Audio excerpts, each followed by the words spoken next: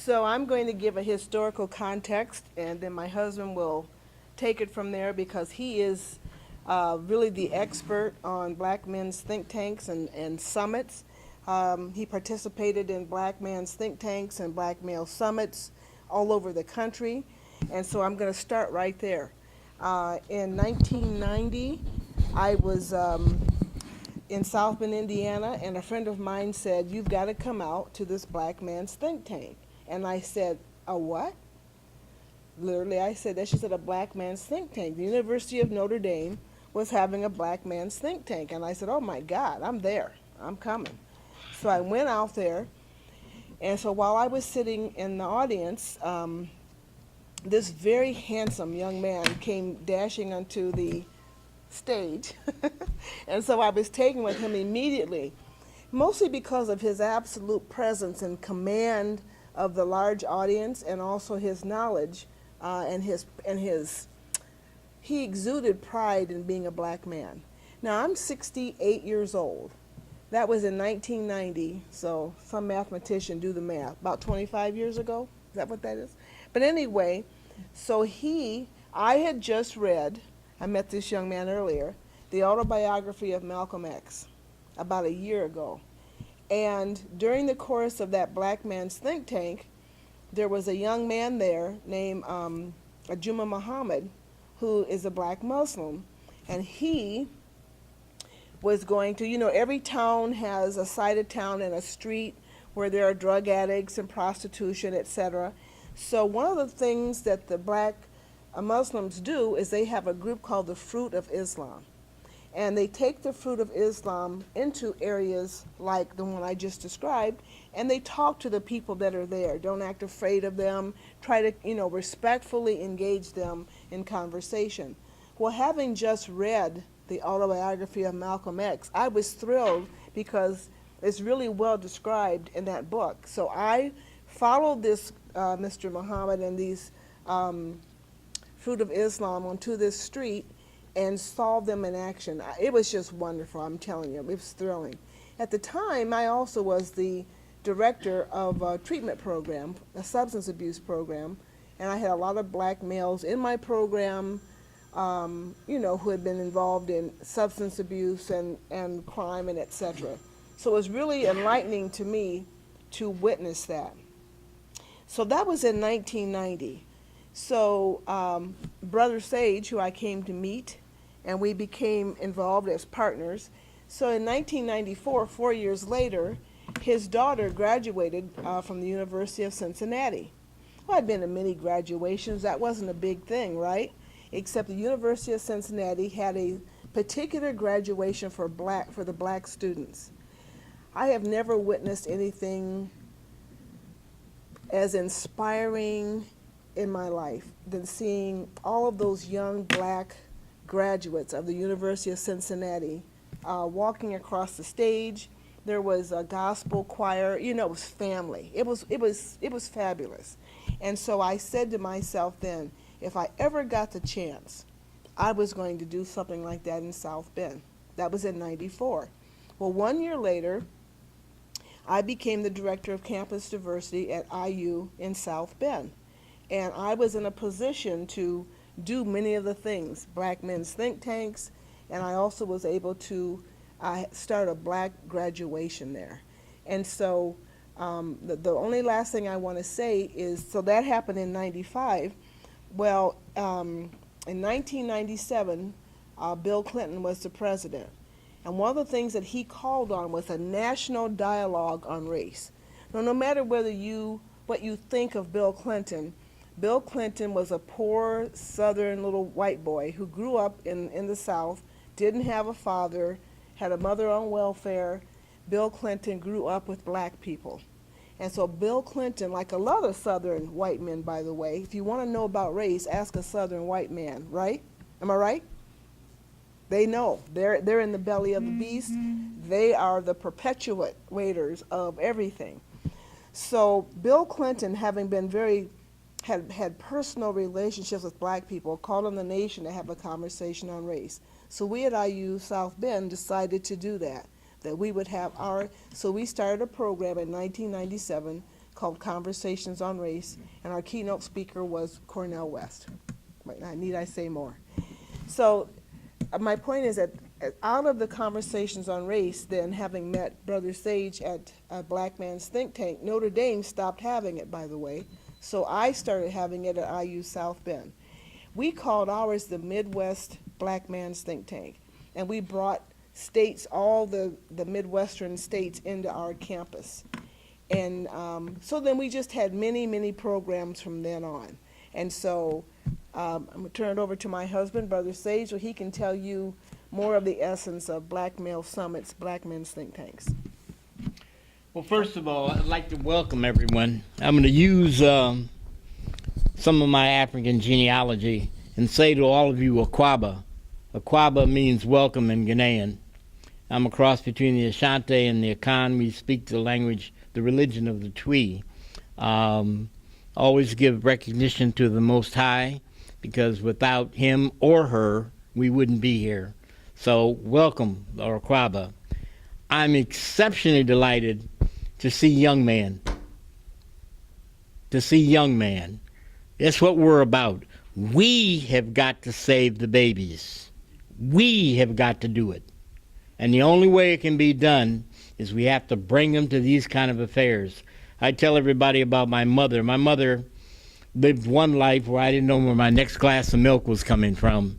And then during my sophomore year, she went back to college to finish her degree. And she not only got her degree, but she ended up teaching in 6 different countries. And when I was a youngster like him, my mother made me learn German, made me learn French, hated it,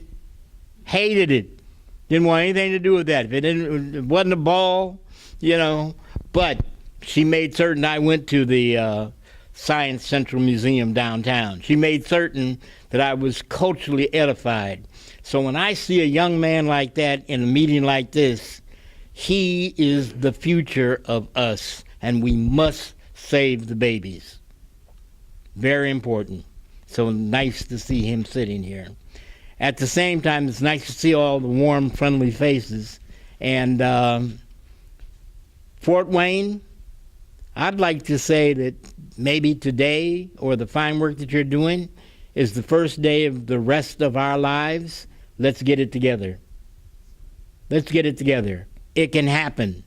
I'm not from Indiana, okay? But I do love my wife. I'm not from Indiana either. Yeah, but she's from Michigan, 21 miles from Indiana, all right? And after the Black Man Think Tank, when things didn't go according to schedule, I found myself here largely because of the vat of chocolate I slipped in called love, okay? And many of you probably haven't heard much about Nathan and Julia Hare. They're the founders of the Black Think Tank, okay, in San Francisco. Both of them went to Langston University.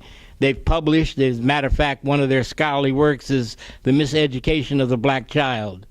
I encourage all of you to get that book and read it, because it's important for us to understand what we need to do in order to turn life around for our children, because we're only going to be here a half of a second. They're going to be here much longer, and we have to do something about that. And I'll break that down as we go a little later today. But the important thing that we had to focus on is what could we do? And what we did was, you know, people who were in the process of putting programs together, you know, asked us to help build the programs. She put together the oldest community corrections facility in the state of Indiana called Dukem Center. 63% of her clients never went to prison, which is remarkable, okay? And she left it one day and then went to IUSB and brought credibility to the community, not only from the city council standpoint, but with the Black Man Think Tank continued, Conversations on Race, Black Graduation, okay? She's a giant in South Bend. So I'm married to royalty, and I want you to know that, okay? Away from all, yeah, let's give her a hand, yes, by all means. And, oh, incidentally, good people, I have to tell you this sidebar. I tried to get her to wear one of her African outfits today. She said none of them were clean, all right? So I'm just letting you know that even though we're Nathan and Julia Hare modern version and now getting ready to retire, too much information, right? But the bottom line is everything we do in the community is to promote understanding, promote love, okay? One of the things, and I probably should do this, last year, well, actually a couple years ago, this gentleman called me up because he knew I did a lot with genealogy, and he wanted me to be interviewed with his process, the Frost newspaper, and also, Hackonomics, and I'm talking about Mr. Hackley here. And Mr. Hackley told a lady who was on her way to the Million Man March that she should contact me because I was there in 1995. The lady who went to the Million Man March was so fired up, we had to do something to keep that energy level going. What did we do? He got her in touch with me. I invited him into South Bend when I had Ajuma Muhammad come in, so they had a chance to experience the love. Ajuma Muhammad goes all the way back to St. Louis with me because I recruited him in high school to play basketball for a college prep high school. And then he turned around and went to my alma mater. So I'm telling you this to let you know that Eric Hackley is responsible for me being in Fort Wayne. I always heard about Fort Wayne, but never did much with it until I came to the Black Genealogy Conference about 4 or 5 years ago and saw your wonderful library. You have the second largest genealogical library in the country. The only library bigger than yours, genealogical-wise, is in Salt Lake City, Utah. Okay? Now that may slip to number 3 because in a couple weeks, the African American Museum opens up on the mall in D.C. and they tell me it's going to be extraordinary. I can't make it just yet, but my wife is going in a few weeks. Telling you all this to say that now that I'm involved with Fort Wayne, I look forward to introducing you to my friend John Carlos. I look forward to introducing you to my friend Dominique Wilkins, and want to tell the story of the black man. And the reason why we want to tell the story of the black man is because the black man would not exist if it weren't for you beautiful women. Okay? You women are the ones responsible for us being who we are. Now, granted, we fought in the Civil War and won it for you. We fought in the Revolutionary War. We won that for you. We've done a lot of things that are remarkable, but the strength of a woman is why we're doing this work. Even though we do not have money, even though we do not have wealth, even though every night on news we're statistics, we keep on keeping coming on. We keep bringing babies out. We keep doing the things that need to be done in order to survive. Nicole asked me to describe to you what is a diasporan man. I am a proud diasporan African American man. Why am I proud? Why not? We bad, okay? And at the same time, in terms of disperse, we were dispersed all over the world. As a matter of fact, as I look around the room, I want you to know that 91% of us came from slavery. Only 9% of us were not enslaved. The rest were. We came from that wonderful continent known as Africa. And what we need to do is tell our story. Not his story or history, our story.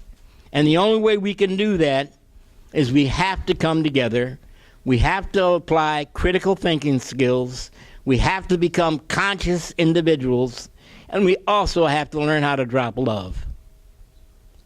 Unless we do that, we're doomed. We're strong. We're stronger than cockroaches. We're beyond a survival mold, but we need to develop. We need to do those things that can promote interest.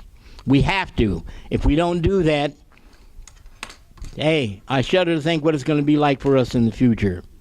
So the bottom line is, what started in South Bend as the Black Man Think Tank has expanded. Not only is Notre Dame still operating after she started it up again at IUSB, but there'll be another one in April, okay? Last year at the Black Man Think Tank, Ajuma Muhammad was the keynote speaker. John Carlos has been there. He's scheduled to come back in February. We're putting the particulars together now. My coming to South Bend has allowed me in my travels across the country to meet some of the most wonderful people you can begin to imagine. As a diasporan African-American man, when you say disperse, my goal is how can I meet as many people on this earth as possible? How can I establish friendship? My simple philosophy is I give in order to receive. I think that's extremely important. That is the dictate of the purpose of a Black Man Think Tank, to be able to show the world that he's capable of loving.